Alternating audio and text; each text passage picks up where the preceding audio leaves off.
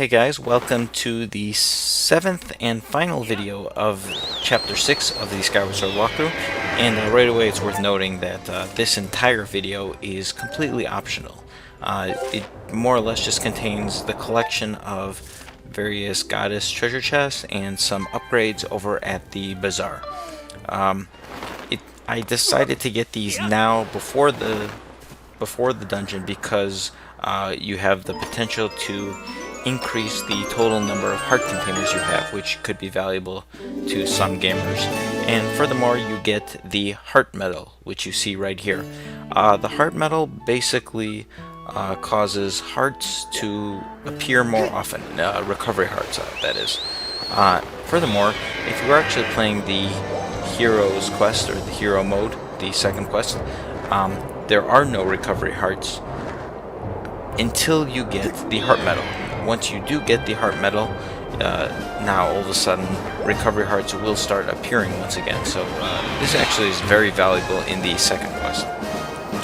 Anyway, you want to fly all the way over to Beetle Island at the northeast corner of the sky and open up the treasure chest here to get a piece of heart. This is the 8th piece of heart that you can get in the game, and this should give you a full heart container, in which my full health is now up to 11 heart containers.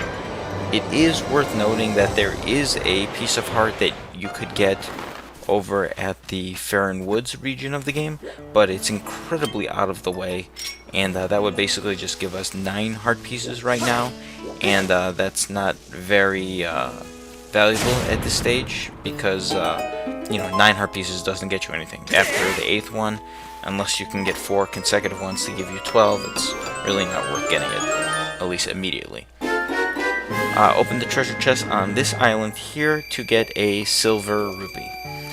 That's pretty much going to do it, because we got 3, we opened up 3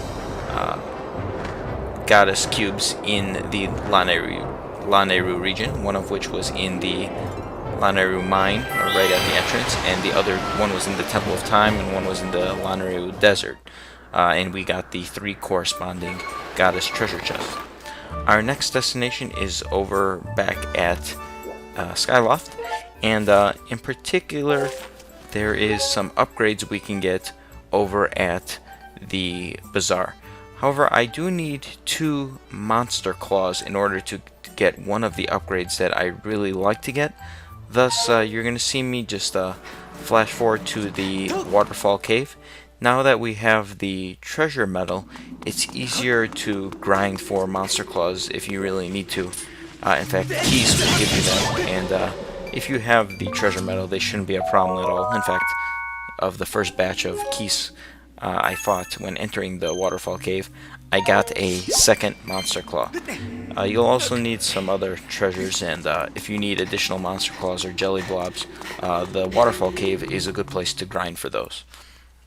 So with those monster claws in hand, along with the tumbleweeds that we've gotten in the Lanayru desert region, we now want to head on over to the bazaar, where we can get a notable upgrade.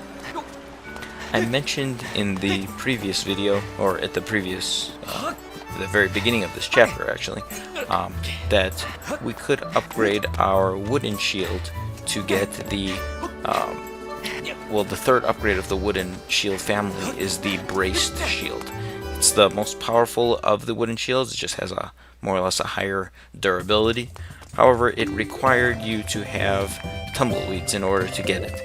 Since we've now gone through the Lanayru region for the first time, we are able to upgrade what is our our banded shield to the Braced Shield. Kind of confusing, all the bees, such, but so go ahead and upgrade it. You need a couple amber relics, monster claws, ornamental skulls, and tumbleweeds. It's 4 different treasures you do need, but for the most part these are all simplistic treasures. There's no rare treasures involved in this particular upgrade, so you shouldn't have too much of a problem. I mean, if you need some more ornamental skulls, you can grind by defeating some Bokoblin. tumbleweeds you can get. Amber relics are all over the place. So shouldn't be too difficult, and you should have the rubies.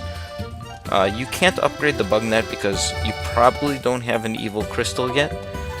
You also can't upgrade the slingshot because you don't have any dusk relics yet.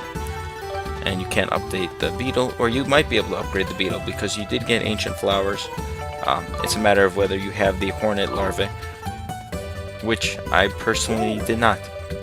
In fact, it's actually really easy to get Hornet Larva. They're in the Deep Woods section, where when you first enter the Deep Woods, there's those like beehive, those I guess hornet hives, the hornet's nest, and you can just enter the area, leave, enter the area, leave. It's easy to grind for Hornet Larva. So you could upgrade your beetle if you'd like. It's not really required, and in fact we won't use it too often in the next dungeon, but I'll upgrade it sooner or later. You want to go and talk to Patrice, the item check lady, and in particular you want to upgrade the, or not upgrade, but you want to get the heart medal that we just got from the goddess treasure chest. Reason being is it's just a lot more helpful. You'll get recovery hearts more often, and you won't die as much. So with the fact that we got the other piece of heart, which gave us a full heart container, as well as the fact that we now have the heart medal, you know, dying, the game just got significantly easier at this point.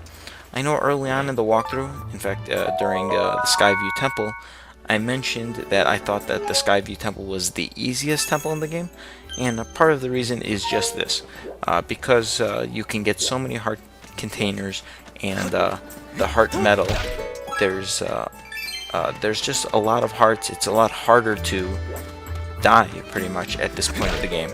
So with all these goodies in hand, we are now ready to take on the next dungeon. So let's fly on back over to the Lanayru region, and I'm just gonna skip ahead so you don't have to see this flying area, or well, you'll still see it, but it's on flash forward 4 times, and head back to the Lanayru region.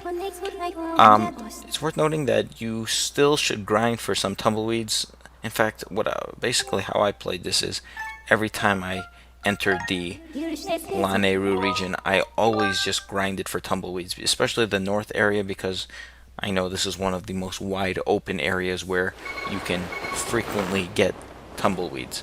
So I'm gonna flash forward a little bit, just speed it up, just because it's a little redundant, but pick up some tumbleweeds, and we are now ready to enter the next dungeon. So after what is now the longest chapter thus far in the walkthrough, just climb the steps and head inside to take on the Lanayru Mining Facility, and I'll see you next chapter.